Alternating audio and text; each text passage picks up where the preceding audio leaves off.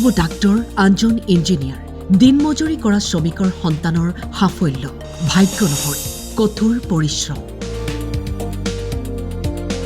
দৰিদ্ৰতা কেতিয়াও মেধাৰ অন্তৰায় হ'ব নোৱাৰে। তাকেই প্ৰমাণ কৰি দেখুৱালে নলবাৰী 2 মেধাৱী ছাত্ৰই। সদ্যঘোষিত সৰ্বভাৰতীয় নীট পৰীক্ষাত কৃতিত্বৰে উত্তীৰ্ণ হৈ হেমাংগ আগবাঢ়িছে চিকিৎসক হোৱাৰ দিশে। নাম শ্ৰী হিমাংগ বৰ্মন।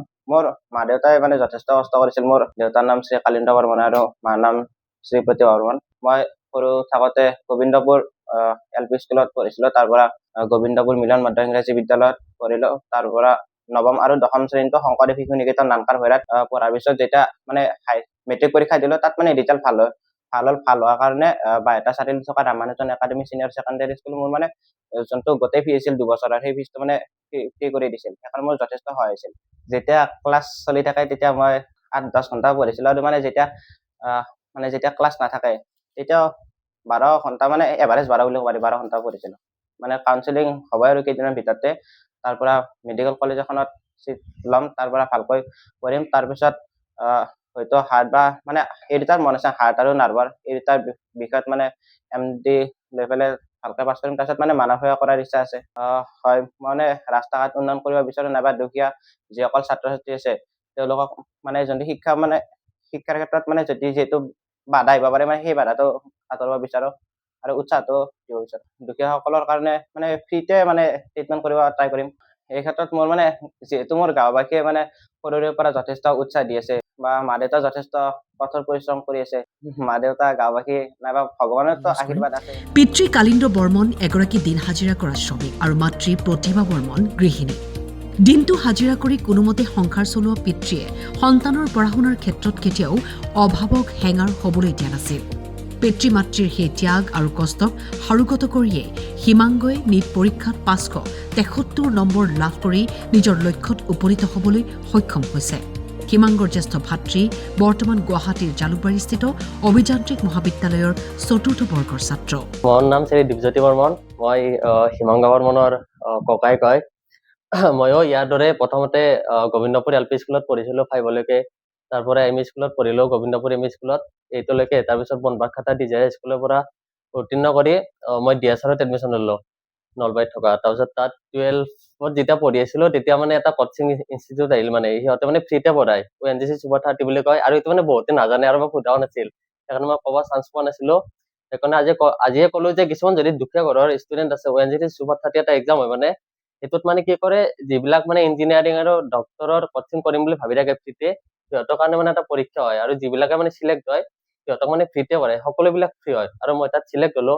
তাৰপিছত ONGC Super 30 শিৱসাগৰত যিটো আছে তাত মই চিলেক্ট হ'লো। তাত 9 মাহ 10 মাহ মান মই সেই কোচিং কৰিলোঁ ইঞ্জিনিয়াৰিঙৰ।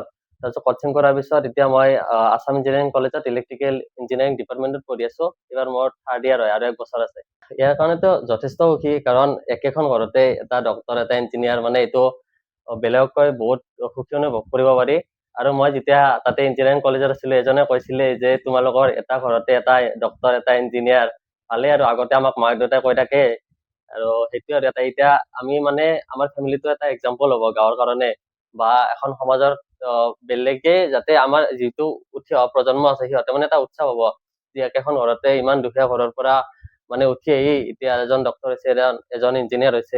সেইটো বহুত ভাগ্যৰ কথা আৰু ভগৱানে আমাৰ যথেষ্ট সহায় কৰিছে। ক্ৰেডিট ক'ব গ'লে গোটেইখিনিয়ে আছে। মা দেউতাই দুকে বহুত সৰুৰ পৰা বহুত যথেষ্ট সহায় কৰিছে, সমাজখনেও যথেষ্ট সহায় কৰিছে, উৎসাহ দিছে। আৰু তাৰপিছত শিক্ষক বিলাকে পঢ়াৰ লগতে উৎসাহ আনন্দিত কৰাত বহুত অৰিহণা যোগায়। আৰু মেইন কথাটো যে বহুতে কৈ থাকে যে 10 ঘণ্টা বা 7 ঘণ্টা 6 ঘণ্টা পঢ়াটো বহুত কঠিন কাম, আৰু ইমান টাইম পঢ়ি থাকিব নোৱাৰি, যথেষ্ট কষ্ট হয়।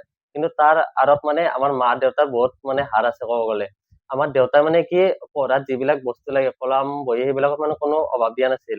তাৰপিছত মায়ে কি কৰিছিল, আমাক একদম সৰুৰ পৰাই এটা ফিক্স টাইম পঢ়িবই দিছিল। হয়তো 7টাৰ পৰা 9টালৈকে এনেকুৱা আৰু যিমানে ক্লাছটো বাঢ়ি গৈছিল সিমানে পঢ়া টাইমটো বঢ়াই দিছিল। নতুন প্ৰজন্মক এইটোৱে ক'ম যে এতিয়া তো বহুত সুবিধা হৈছে। আগতে এতিয়া পঢ়িবৰ কাৰণে কি হৈছিল, যদি কিবা এটা ৰচনা এখনো লিখিব লাগে তেতিয়া বেলেগৰ পৰা ৰচনা এখন কিনি আনিব লাগে বা কিবা কৰিব লাগে। এতিয়াতো মোবাইলটো আছে, মোবাইলটো সুব্যৱহাৰ কৰক, আৰু সদায় মানে ভাল কৰি পঢ়ি যাওক, এটা ফিক্স টাইম, বেছি সময় অপচয় নকৰক, সেইটোৱে আৰু। বহুত আশীৰ্বাদ মই শুনি বৰ ভাল পাইছোঁ, যাতে ল'ৰাটো ভাল হয়, চবেই মৰম দয়া কৰিছে, ইমান আশীৰ্বাদ দিছে।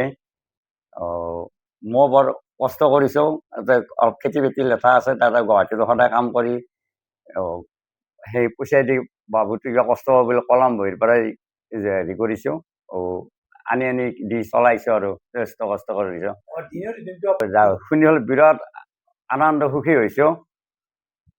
মাকো বৰ কষ্ট কৰে, মাকেও যথেষ্ট অৰিহণা যোগাইছে, দুমাকে দেশৰ দেউতাকে গোটেইখিনি মানুহৰ জৰিয়তে, গাঁৱৰ ওচৰ চুবুৰীয়াৰ জৰিয়তে ল'ৰাটো এখিনি আগবাঢ়ি নিছে আৰু এই নেট পৰীক্ষাৰ খবৰটো পাই কি মই গোটেই দুখ ভাগৰ কমি গৈছে, সেইটোৱে আনন্দ পাইছোঁ, যাতে ভৱিষ্যত ৰাইজৰ চবৰে উপকাৰ হয়, মই সেইটোৱে আশা কৰিছোঁ। নলবাৰীৰ পৰা হীৰক ডেকাৰ ৰিপৰ্ট, টাইম 8।